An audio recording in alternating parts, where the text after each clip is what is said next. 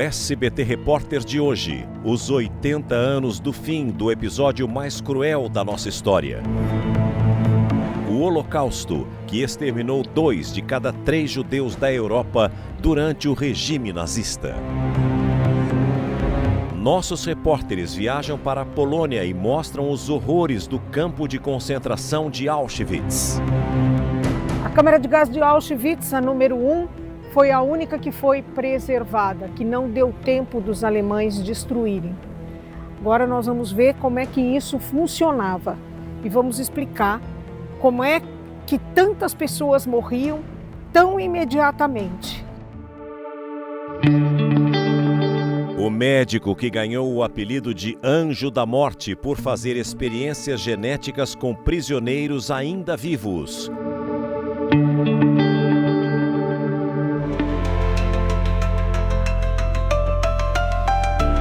O comandante alemão executado no mesmo campo onde ordenou a morte de milhões de pessoas. E o empresário filiado ao Partido Nazista que abriu mão da fortuna para salvar mais de 1.000 judeus. No local onde mais de 1 milhão de pessoas morreram, hoje funciona um museu que atrai turistas de todo o mundo. Todos esses beliches são daquela época. Eles têm 3 andares e em cada um dos andares dormiam no mínimo 3 prisioneiros.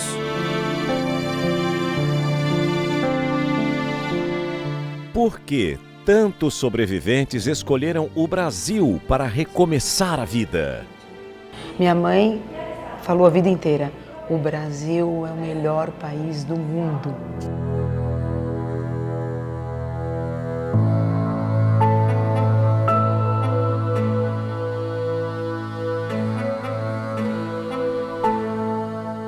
Histórias que viraram livros.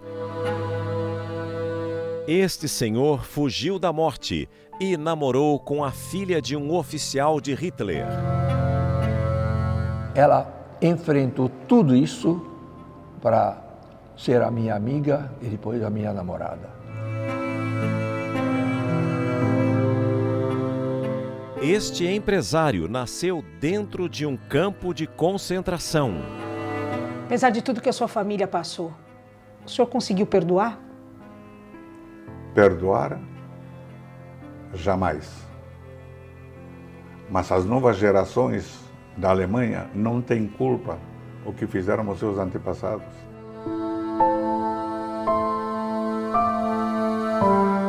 O SBT Repórter começa agora.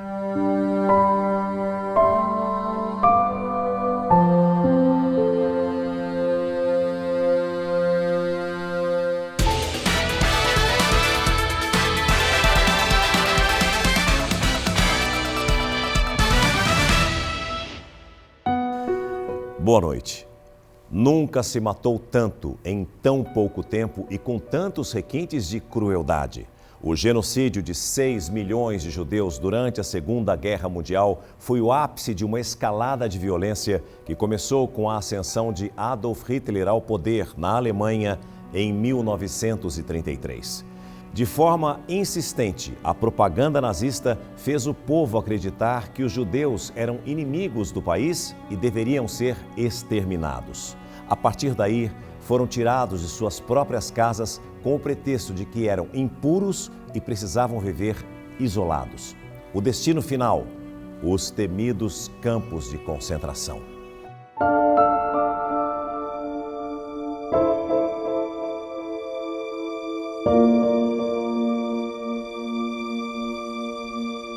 "80 anos depois, e o céu cinza e as construções tão bem preservadas ainda nos fazem pensar nos horrores do Holocausto.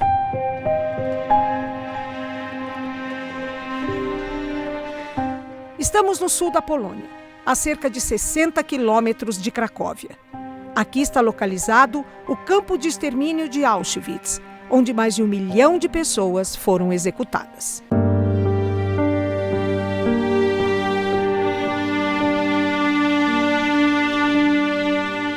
A frase que se lê aqui na entrada do campo é: o trabalho liberta.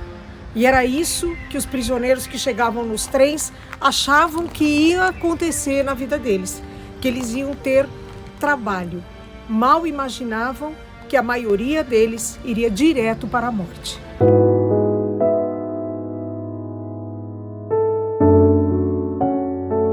Para cá vieram, durante a guerra, 1.300.000 deportados de mais de 20 nacionalidades.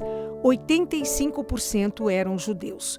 Mas também foram vítimas os ciganos, os homossexuais, pessoas com deficiência e outras minorias.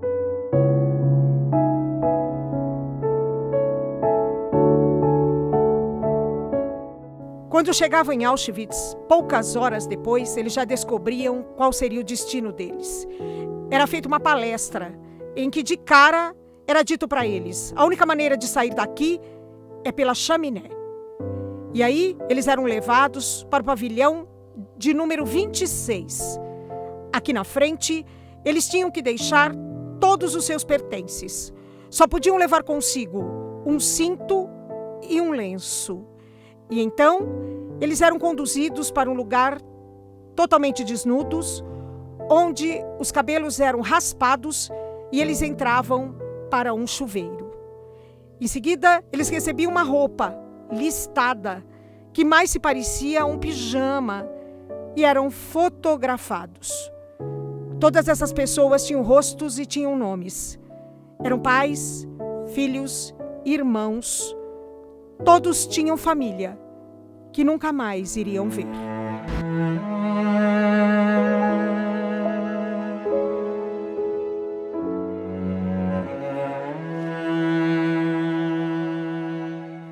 Pessoas que não tinham condições de exercer trabalhos forçados eram eliminadas. Em geral, mulheres, crianças e idosos. As malas podiam ter 25 quilos, justamente para que os judeus trouxessem o que tinham de melhor. Os nomes eram colocados nas bagagens, mas tudo era uma grande enganação. O que tinha de valor lá dentro era roubado, e as vítimas eram obrigadas a entregar até a roupa do corpo.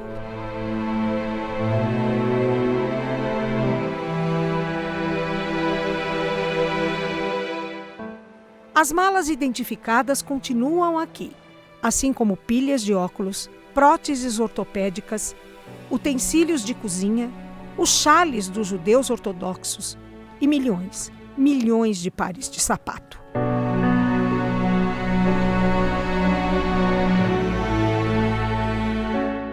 Os sapatinhos das crianças são os que mais arrancam lágrimas dos visitantes. Assim como as roupinhas de bebê, as primeiras vítimas da barbárie.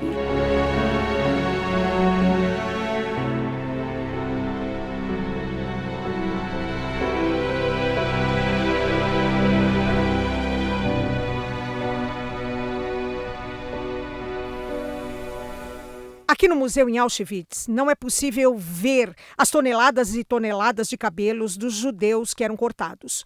Uma questão de respeito, já que o cabelo fazia parte do corpo deles. E para que cortar esses cabelos? Por 2 motivos. O primeiro era econômico.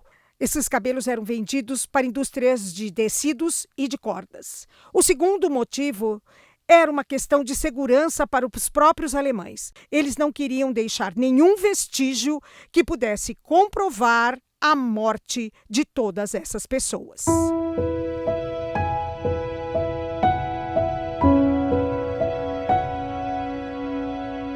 Quem sobrevivia também tinha um destino cruel. Os alojamentos superlotados, sem condições de higiene, com a proliferação de várias doenças.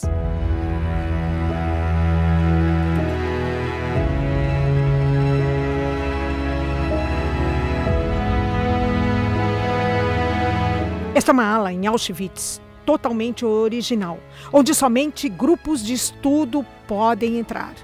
Turista não entra aqui. Todos esses beliches são daquela época. Eles têm 3 andares e em cada um dos andares dormiam no mínimo 3 prisioneiros. Para evitar rebeliões, um nazista era trazido para tomar conta dos blocos com direito à habitação privada. Ele tinha permissão para matar.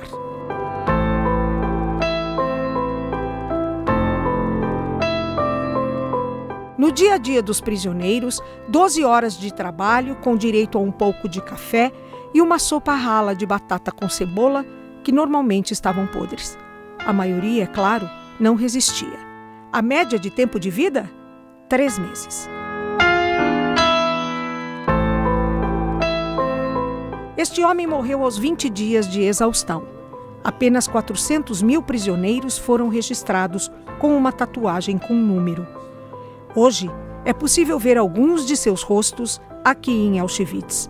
Os outros morreram de forma anônima. Zvi e Sara são amigos.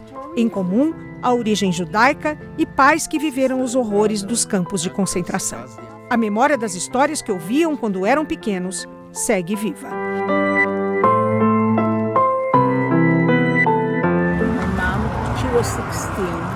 Minha mãe tinha 16 anos e estava na Polônia. Ela foi pega um dia de manhã e levada para um campo de trabalho.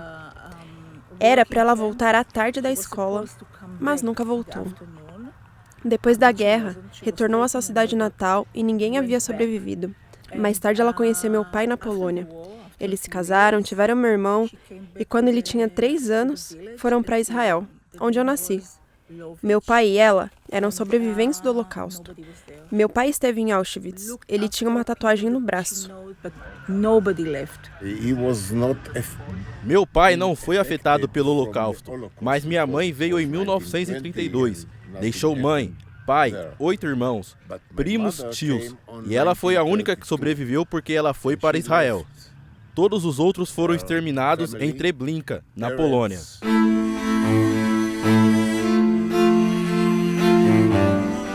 Todos os judeus lá foram erradicados. Eu tenho o nome do meu avô.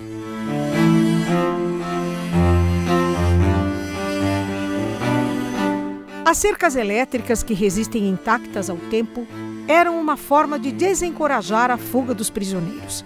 Uma unidade da Gestapo, presente no campo, se encarregava do resto. Este é o Bloco 11. Aqui era o escritório da Gestapo. Era aqui que eles decidiam sobre a vida e a morte, geralmente a morte, de alguns prisioneiros. Muitas vezes eles eram torturados aqui. Na sequência, eram levados para aquele muro onde eles eram fuzilados.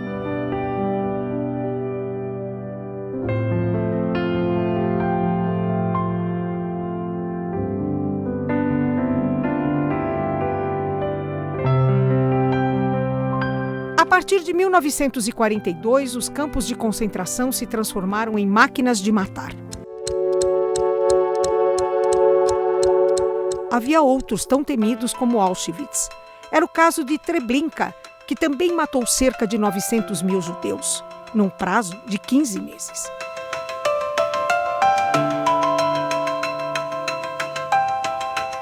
Havia ainda Dachau, no sul da Alemanha, o mais antigo de que se tem notícia. Mas Auschwitz matou muito em poucos meses. Um impiedoso carrasco nazista era quem ordenava as execuções.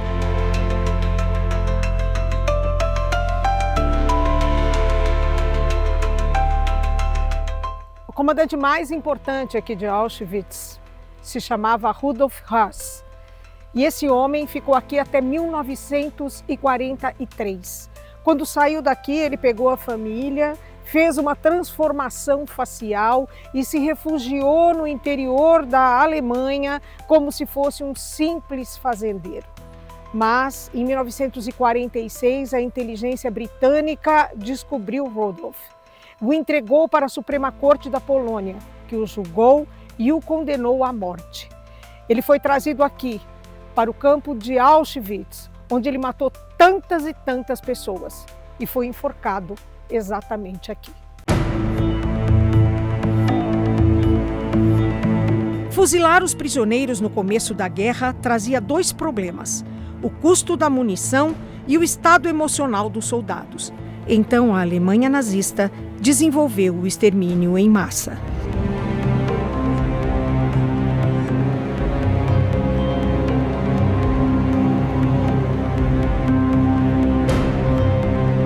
Agora vocês vão conhecer o símbolo máximo do horror, que é a câmara de gás. A câmara de gás de Auschwitz, a número 1, foi a única que foi preservada, que não deu tempo dos alemães destruírem. Agora nós vamos ver como é que isso funcionava e vamos explicar como é que tantas pessoas morriam tão imediatamente. E eles levavam 2 dias para queimar cada grupo que tinha sido morto na câmara de gás. E eles acharam que era muito tempo. Foi por isso que eles resolveram construir um outro campo.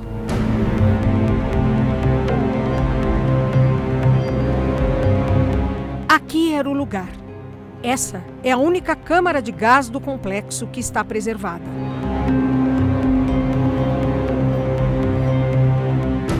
As pessoas eram incentivadas a tirar a roupa e entrar aqui com a desculpa de que tomariam um banho para encontrar seus parentes.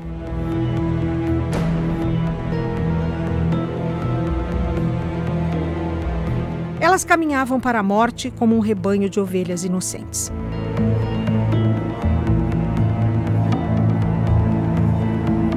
Quando o teto abria, não era a água que descia, mas sim um veneno chamado Zyklon B, que em contato com a atmosfera se tornava um gás letal.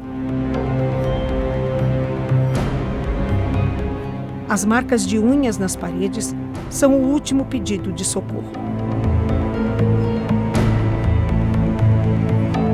Em 20 minutos, tudo estava acabado. Esse é, sem dúvida, o momento mais difícil para os turistas, como nos revela esse guia brasileiro.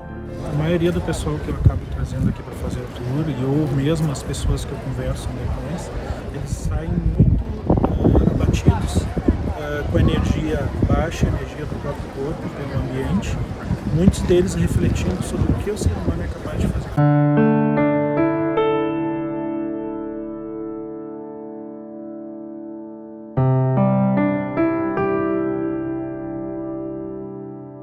Um ricordo que não ha insegnato niente, nada de nada. Saí acabado, com uma impressão de que não aprendemos nada de nada. Dicono 2 milhões de visitatori. Eu me pergunto, 2 milhões de visitantes por ano em 40 anos são 80 milhões.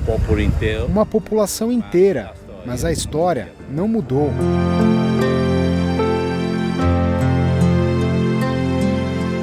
It's really crazy seeing. Foi bem louco ver o que aconteceu e pensar que minha avó viu parte disso. Foi estranho ver o que poderia ter acontecido com minha avó, mas por sorte não aconteceu. Sim, eu acho importante que as pessoas saibam o que aconteceu porque foi terrível. É importante que todas as pessoas ao redor do mundo saibam o que isso foi.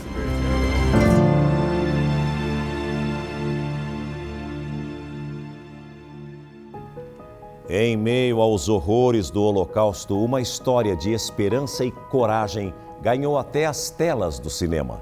Quem foi o empresário, membro do Partido Nazista, que salvou mais de 1000 judeus da morte? Nossa repórter Madalena Bonfilioli visitou a fábrica de Oskar Schindler.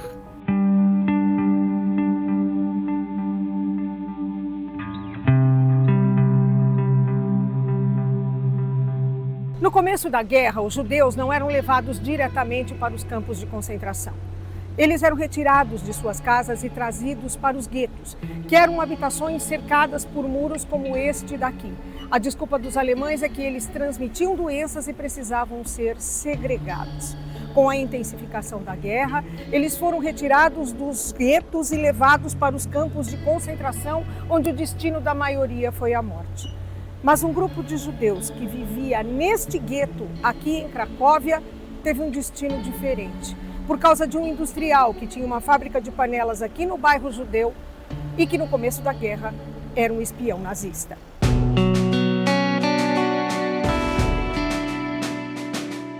O nome dele era Oskar Schindler e a sua história foi contada em A Lista de Schindler, dirigido por Steven Spielberg. O longa ganhou 7 Oscars, incluindo o de melhor filme.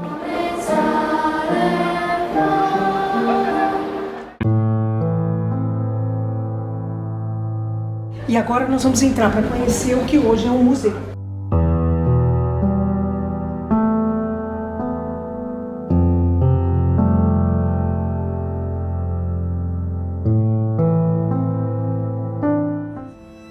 Esta era a fábrica de panelas onde ele empregava os prisioneiros. No começo, só pensou no lucro, ao usar mão de obra escrava. Mas a situação dos trabalhadores do campo de Auschwitz e as ameaças que sofriam foram tocando o coração do industrial. Em troca de favores dos nazistas e para evitar que seus empregados fossem para a câmara de gás, ele subornava os oficiais da SS com produtos importados e dinheiro. Gastou toda a sua fortuna nessa tarefa e conseguiu salvar a vida de 1.200 judeus. Quando a guerra acabou, Schindler tinha que prestar contas de suas atitudes quando era espião nazista e fugiu da Europa. Foi sustentado durante anos pelos mesmos judeus que tiveram a vida poupada por ele e depois pelo governo do Estado de Israel. Schindler morreu na pobreza, mas protagonizou uma das histórias mais bonitas naquele cenário de horror.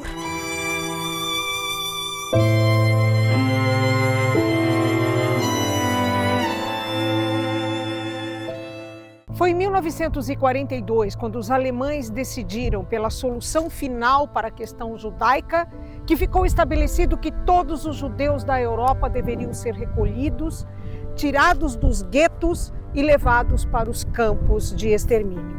E aí, eles precisavam de um campo maior. Foi assim que nasceu Birkenau. Os barracões aqui foram feitos com o material das casas tomadas dos moradores da região, desalojados para que aqui se construísse o mais mortífero dos campos de extermínio.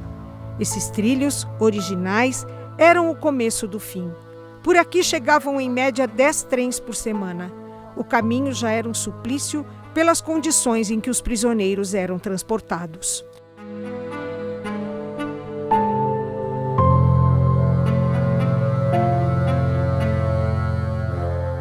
Era aqui que o trem parava e que era feita a seleção daqueles que estavam aptos para o trabalho e aqueles que não estavam. Geralmente mulheres, crianças e idosos iam diretamente para a câmara de gás. Os outros eram levados para o trabalho forçado. Aqui ficava também um médico que tinha interesse em pesquisas científicas. Os brasileiros conhecem bem, Josef Mengele.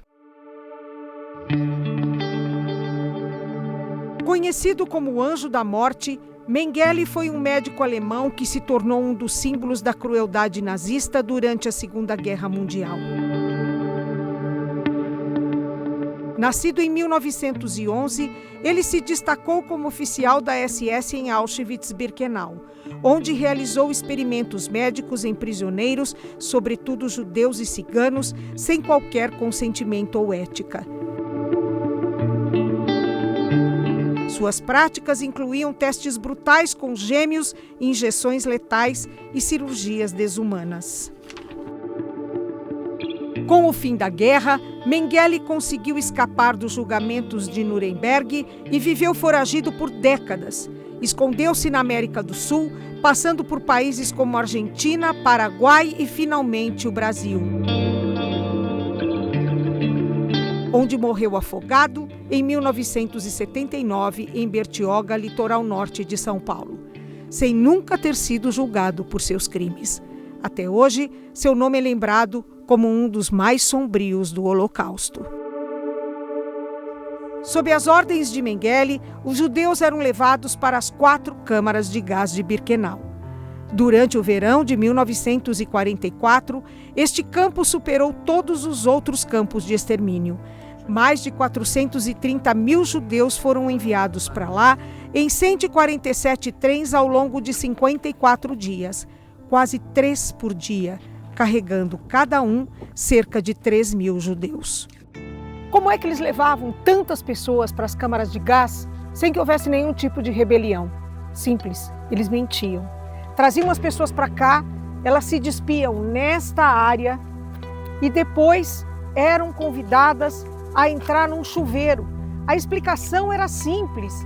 Elas iriam se desinfectar para poder encontrar os seus amigos e familiares. Só que o chuveiro não era chuveiro, era uma câmara de gás. E de lá, elas eram levadas para o crematório.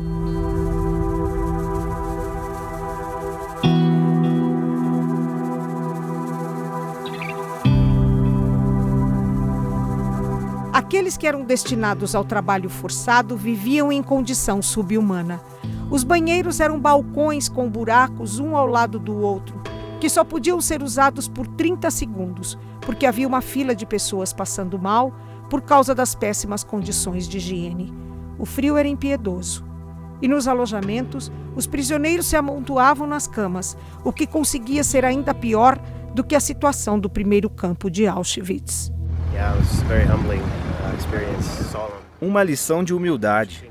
É interessante pisar em um local com tanta história, embora seja uma história triste.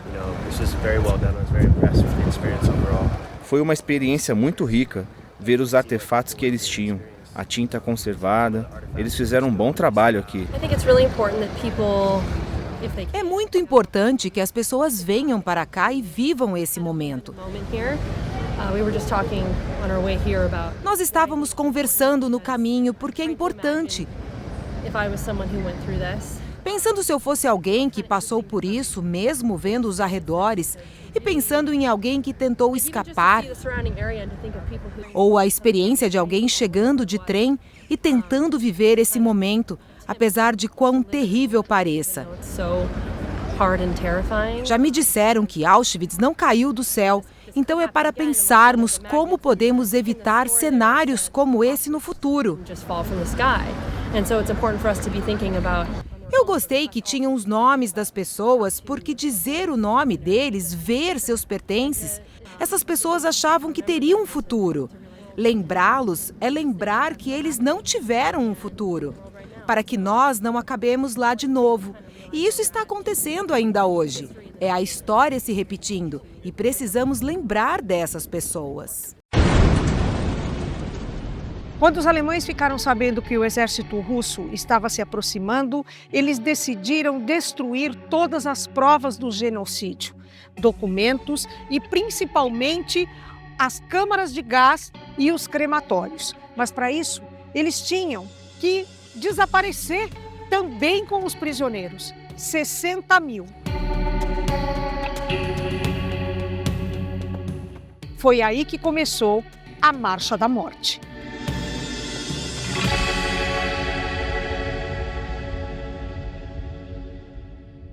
No período da Segunda Guerra Mundial, o Brasil recebeu milhares de sobreviventes do Holocausto e refugiados de uma Europa devastada. Cerca de 20 mil judeus de nações como Polônia, Alemanha, Áustria e Hungria desembarcaram por aqui. Um dos destinos mais procurados foi São Paulo, onde um memorial relembra os horrores dessa época.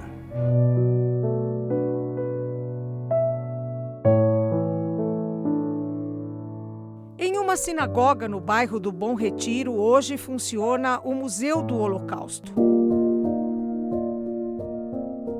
Numa experiência imersiva, os visitantes não conhecem apenas os detalhes do genocídio,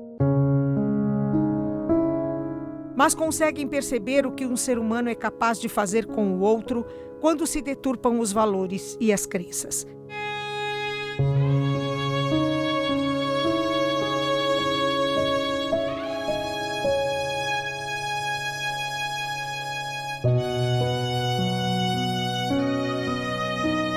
Desenhos feitos por Ella Lieberman, uma artista sobrevivente, mostram o cotidiano do horror.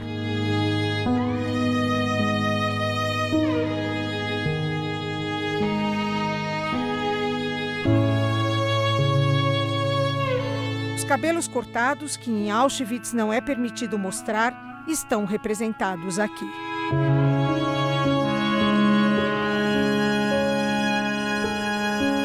O alojamento precário, montado exatamente como o original.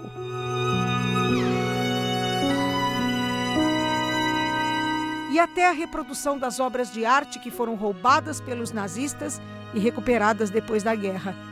Tudo aproxima o visitante das vítimas do extermínio.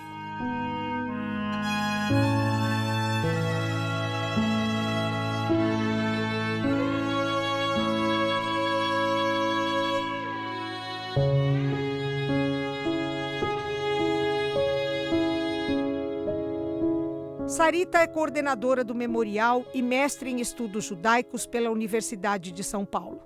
Ela cresceu numa família que enfrentou de perto a brutalidade do regime nazista. O pai de Sarita sobreviveu aos horrores dos campos de concentração.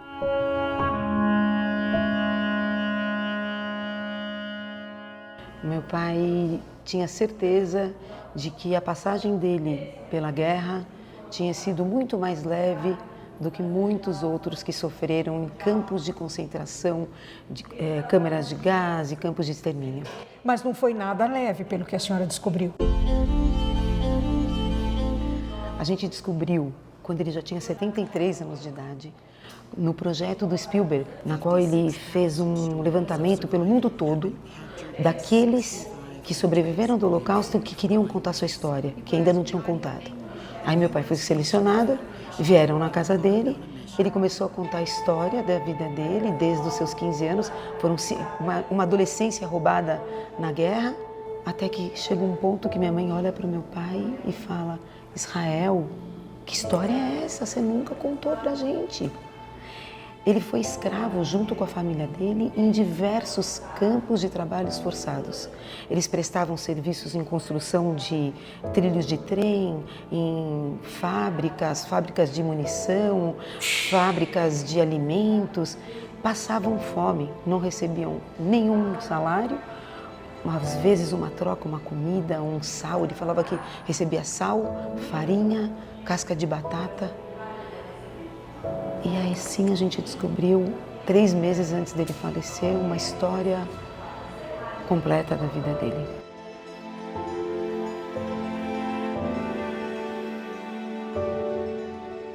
Apesar de tudo, Sarita conta que o pai nunca levou o ódio para dentro de casa.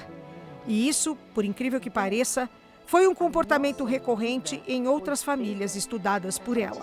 Quando eu comecei a me dedicar ao estudo do Holocausto, eu fiz centenas de entrevistas com sobreviventes aqui em São Paulo e no Rio de Janeiro. Eu nunca entrei numa casa que eu sentisse ódio. O que eu senti em todas as casas foi o que eu senti na minha. Orgulho de ter constituído família, de ter sobrevivido, de ter chegado no Brasil. Uau, como gostam de ter chegado no Brasil. Minha mãe falou a vida inteira: o Brasil é o melhor país do mundo. Então, a nossa vida foi feita para a gente sentir que a gente tinha que ser alguém, que a gente tinha que ter estudo, que a gente tinha que se formar, que a gente tinha que ter nossa profissão, casar e ter filhos. Isso ficou muito claro para mim a vida toda. E aqui no Memorial do Holocausto, o que a gente quer transmitir para essas pessoas é que a história aconteceu, que infelizmente o ser humano sim é capaz de fazer tudo o que aconteceu, mas que a gente pode melhorar e que a gente pode pensar num mundo de paz. Como? Se cada um de nós fizermos a nossa parte.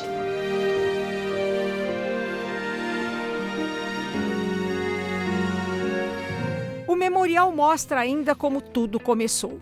Nesta foto original está retratada a Noite dos Cristais, atentado nazista contra comércios e propriedades dos judeus. O episódio ficou conhecido por conta da quantidade de vitrines quebradas espalhadas nas ruas. O objetivo era empobrecer aqueles que eram prósperos. O ataque aconteceu 1 ano antes da guerra. Livros queimados também demonstram o ódio que os nazistas tinham por aqueles que consideravam uma raça impura e inferior. O memorial relembra ainda a história de Anne Frank, a adolescente judia que morreu num campo de extermínio e que escreveu um diário conhecido no mundo inteiro, onde contava como era o cotidiano dela e sua família enquanto se escondiam dos nazistas. Os preconceitos são vazios. Não tem um preconceito que tenha alguma teoria, algum conceito por trás. Não tem. E as vítimas são sempre inocentes. O preconceito contra os judeus, que é o chamado antissemitismo, ele leva a todos os demais preconceitos. Porque a partir do princípio que você considera um grupo rebaixado, outros virão junto. As comunidades LGBTQIA+, os negros, as crianças, as mulheres. As mulheres.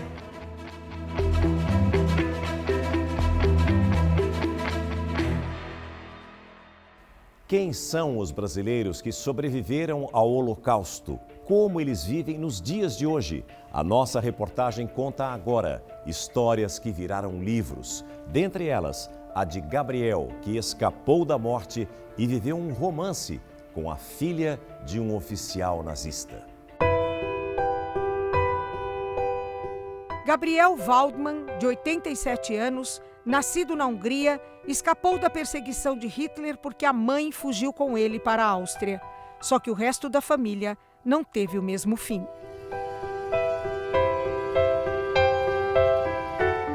Quem o senhor perdeu? Eu perdi, ao lado da família do meu pai, todo mundo. Não sobrou ninguém, era uma família grande. Meus avós, eu tinha dois tios, uma tia, penca de priminhos. Todos, inclusive meu pai também, todos foram eliminados. Lá da minha mãe, algumas pessoas sobreviveram. Minha mãe sobreviveu, meu tio, lá da minha mãe, também sobreviveu, e mais algumas pessoas.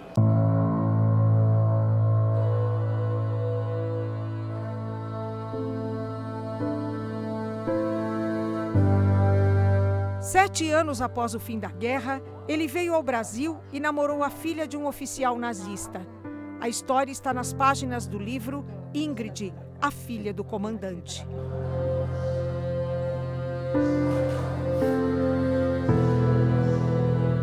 Na época de que namorou comigo, o preconceito e ódio racial contra os judeus, no caso específico, era ainda vivo, ainda vicejante, porque os protagonistas estavam vivos. O pai dela estava vivo e outras pessoas também ligadas ao nazismo estavam vivos e atuantes, não mais como nazistas, mas como pessoas preconceituosas, né?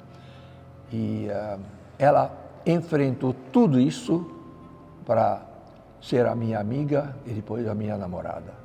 Enfrentou tudo isso. Eu imagino quantas vezes ela deve ter ouvido recriminações sobre esse fato. E ela resistiu, resiliente, decidida, e só deixou de me namorar por um incidente específico muito grave. Os seus olhos azuis fizeram um milagre, né? Sim. Não sei o que fez o milagre, mas o fato é que nós namoramos e quase casei com ela. Por que o casamento não aconteceu? Bem, isso Gabriel preferiu não me contar.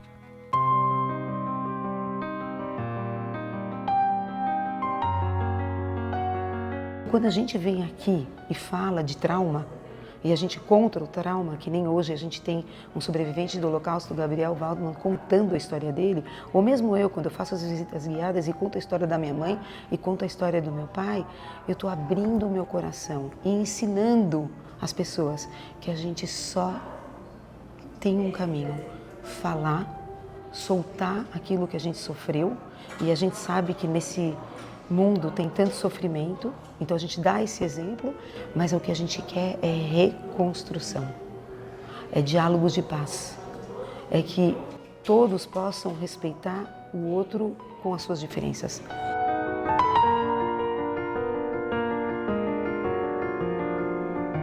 A vida surgindo no meio da morte. Naquelas máquinas de extermínio que eram os campos de concentração, também aconteceram histórias inacreditáveis. 7 mulheres grávidas conseguiram sobreviver e dar à luz num campo de concentração na Alemanha. Esses 7 bebês são os únicos de que se tem registro de sobrevivência em situações assim. E um deles, hoje com 80 anos, vive no Brasil. George Legman é mais do que um sobrevivente do Holocausto. Ele é símbolo de resistência e de esperança. A mãe grávida e a avó foram levadas a Auschwitz e de lá foram transferidas para um subcampo de Dachau, na Alemanha nazista. Foi lá que ele nasceu, no dia 8 de dezembro de 1944.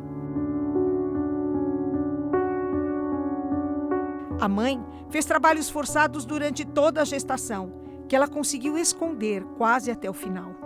George é um dos 7 bebês de que se tem notícia que nasceram e sobreviveram em campos de concentração. Ele tinha 4 meses quando foi libertado com a mãe pelas tropas aliadas. O senhor passou pelo pior momento da humanidade nos últimos anos. Nada pode ser pior do que um campo de concentração. Ainda assim, o senhor consegue ter esperança? Precisamos ter esperança, porque senão seria apocalipse. Isto quer dizer que tem que confiar no outro, tem que respeitar o outro, tem que aceitar as diferenças do outro, contanto que o outro entenda as minhas diferenças e aceite eu do jeito que eu sou. E perante o Ser Supremo, somos todos iguais, porque ninguém ainda voltou para dizer outras coisas. Na década de 1960, George veio para o Brasil, onde se transformou num próspero empresário. Mas sua principal missão é manter viva a memória do Holocausto, para que as atrocidades cometidas nunca se repitam. Importante sempre relembrar, porque se não relembrar, isso vai passar no esquecimento. E ainda até hoje existem dignatários de diversos países que negam a existência do Holocausto. Lembre-se sempre da democracia, lembre-se sempre do voto. A democracia é que nem uma flor. Se você não rega, a flor murcha. Se você não cuida da democracia, vai dar no que deu. Hitler foi eleito democraticamente, só que não cuidaram da democracia e ele deu golpe e deu no que deu. O patriarca desta família não sobreviveu a 1, mas a 4 campos de concentração. Está no Brasil desde 1955 e tem uma história incrível para contar, que já virou livro. Abraham Fligelman, de 96 anos, de origem polonesa, mora em São Paulo e hoje desfruta do carinho da esposa, dos filhos, dos netos e bisnetos. Sua história foi contada pela nora Ercília. Abraham cresceu em campos de concentração. Para salvar a vida do então menino de 12 anos, a mãe o jogou dentro de um caminhão de prisioneiros e implorou pela vida do filho a um oficial nazista. Quando cheguei lá, aí me deram um trabalho muito bom. E lá tinha polonesas que gostaram de mim, me deram do lado sempre comida e tal. Lá eu estive muito bem. Ele falava para mim, porque ele tem cenas muito marcantes, né, da vida dele, que ele sempre chora, e que quando ele me contou ele chorava. Então tinha uma cena que ele sempre me contava, que ele estava na frente ele ficou num campo de trabalho e que ele via toda noite 20, 30 jovens serem levados, porque era no muro do cemitério judaico. E toda noite ele via 20 a 30 jovens serem levados, descalços, nevando, ficavam enfileirados e eram mortos pelos nazistas. E ele ficava vendo isso e ele não podia fazer nada, aquela sensação de potência, ele chorava, ele punha a mão no ouvido e era toda noite, toda noite, toda noite. Então é um pesadelo isso, né?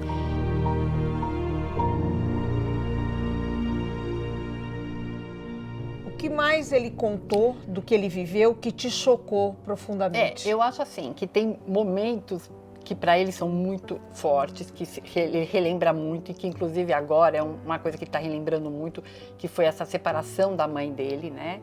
Que foi uma separação muito traumática, porque ele estava para fazer 13 anos, né? E a mãe praticamente o empurrou para dentro de um caminhão para ele ser salvo, né?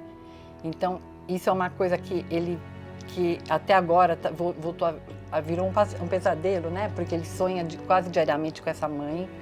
Mas essa mãe salvou a vida dele. Salvou, mas ele sabe disso. Mas uma criança não entende isso, né? Você pode saber, mas você entender... Abraham foi resgatado por soldados americanos em abril de 1945.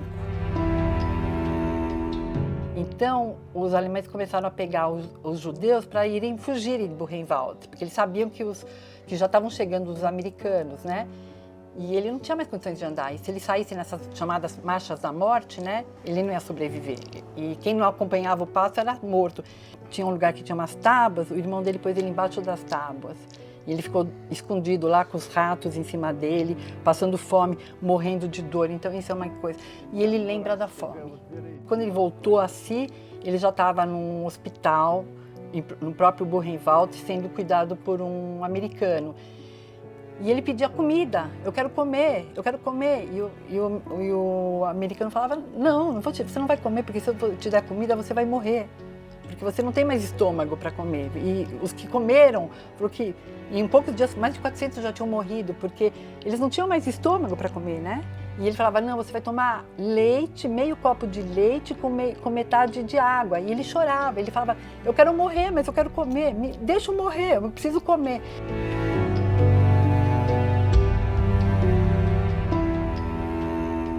A história desse senhor só foi descoberta graças a um projeto do cineasta Steven Spielberg, que após o sucesso de A Lista de Schindler, criou uma fundação dedicada a registrar e preservar os depoimentos de sobreviventes do Holocausto. Desde os anos 1990, a iniciativa já reuniu mais de 55 mil testemunhos em dezenas de países, tornando-se o maior acervo audiovisual sobre o tema. O objetivo é manter vivas as vozes das vítimas e educar futuras gerações contra o ódio e a intolerância. A senhora ficou quanto tempo casada com ele antes de saber de tudo isso? Realmente, muitos anos. Quantos? Uns 50, 30, não sei dizer quantos. 70, tá vendo? Os anos passam rapidamente. Eu li o livro, achei que foi horrível, ninguém mais falava sobre isso. Mas depois que a minha nora escreveu esse livro e viu a mãe dele, que ele contava várias vezes, com lágrima nos olhos, se despedindo do filho, eu chorei muito.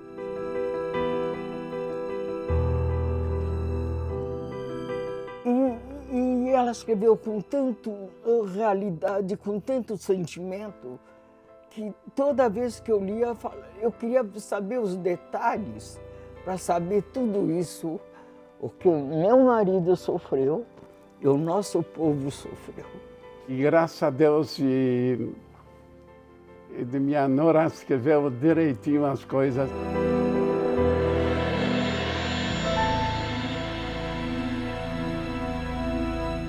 O Holocausto deixou para a humanidade lições que não podem ser esquecidas.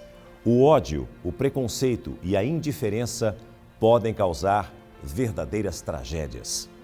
A memória desse período nos lembra da importância de defender os direitos humanos, combater a intolerância e não permanecer em silêncio diante da injustiça.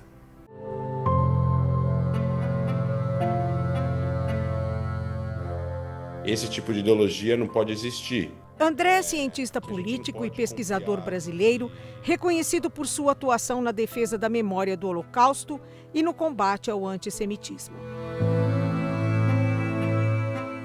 Com experiência em instituições internacionais, ele alerta para os riscos do extremismo e da intolerância, destacando a importância de aprender com o passado para construir um futuro mais justo e democrático. A humanidade é capaz de coisas terríveis, inclusive de se destruir, que a gente não pode confiar de que só porque a gente chegou numa era moderna e a era do conhecimento, conhecimento não significa sensatez ou inteligência, entre certo e errado. Na época dos nazistas, a Alemanha produzia muito conhecimento, porém ele era equivocado, racista, tenebroso, assassino, mas existia muito conhecimento na Alemanha. A Alemanha investiu recursos pesadíssimos, tanto dela como do dinheiro que entrou com o Plano Marshall para a recuperação da Europa pós-Segunda Guerra. A Alemanha investiu recursos imensos para desnazificar a Alemanha, para tirar essa ideologia de dentro da cabeça das pessoas, para mostrar o quanto isso era errado, para envergonhar as pessoas que eventualmente apoiaram isso. Em 27 de janeiro de 1945, o exército russo não tinha a menor ideia do que haveria por detrás desses muros. Eles libertaram 7.000 detentos e logo perceberam que esse número era uma gota no oceano diante de tantas mortes. Uma tragédia histórica que nenhum relato e nenhuma reportagem são capazes de descrever. O senhor acha que o Holocausto acabou? O Holocausto acabou, graças a Deus. Mas acontece que nesses últimos anos, o ódio, a discriminação, preconceito está outra vez levantando a cabeça, não só contra judeus, contra minorias em geral.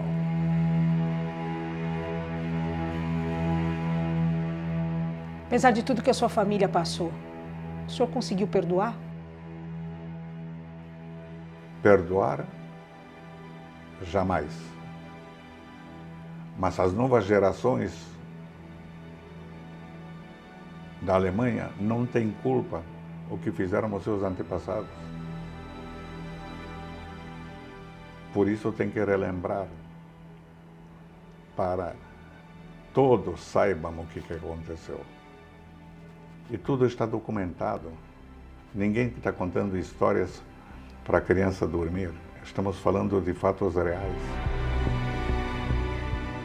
Tem que relembrar sempre e tem que mostrar para as novas gerações que existe um único caminho, o respeito e a paz, não tem outro.